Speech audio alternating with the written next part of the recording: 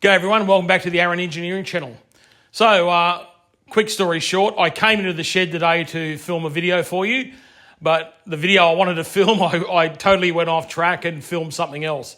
So I was coming in here to machine some pistons, and then you wouldn't believe it, I got sidetracked. I thought, I'll make a new video for the shop math, and then I went to machine some stock and noticed my chuck key was totally destroyed. I thought, okay, well, I need to fix the chuck key. So anyway, look, I recorded that for you today. It may make for some good viewing. You guys can decide whether it is or not. So it involves a little bit of milling work. But the thing that saved me today, and I wanted to show, is the rose indexer. Now, you may remember a couple of years ago, probably 3 years ago, I interviewed Timm Rosenthal, who make these products here. I interviewed him on the Aaron Engineering channel. Now, this is not a paid placement advertisement or anything like that. This is just me giving back to the machining community. And this little rose indexer saved the day. And I'll show you why. So when I set it up here on the milling machine to do some milling today to fix up this square end, mind you, this is the original chuck key that came with this Pratt Bernard chuck on my Colchester. And being an old high school lathe, it certainly had its, how would you say, it's been knocked around a bit, all right? The chuck key, that is, not the bed or anything like that. So what I did, I reconditioned it. I had enough length and I just milled up another, I think about 12 mil, half an inch down here. And I'm really happy with it because it fits like a finger in a glove, so which is good. Now the chuck key square is 7/16, so roughly about 11 millimeters. I'm really happy with the way it went in here. Now, why did the rose indexer save me? Because I could not fit this into my small dividing head. The bore of it wouldn't accommodate this, and I would have had too much stick out, and it would have chatted. I would have had to put the tailstock in, just more drama upon drama. So this was easy to do because I just used the V-block setup and the rose indexer, and voila, I got 4 perfect sides, which I'm really happy for.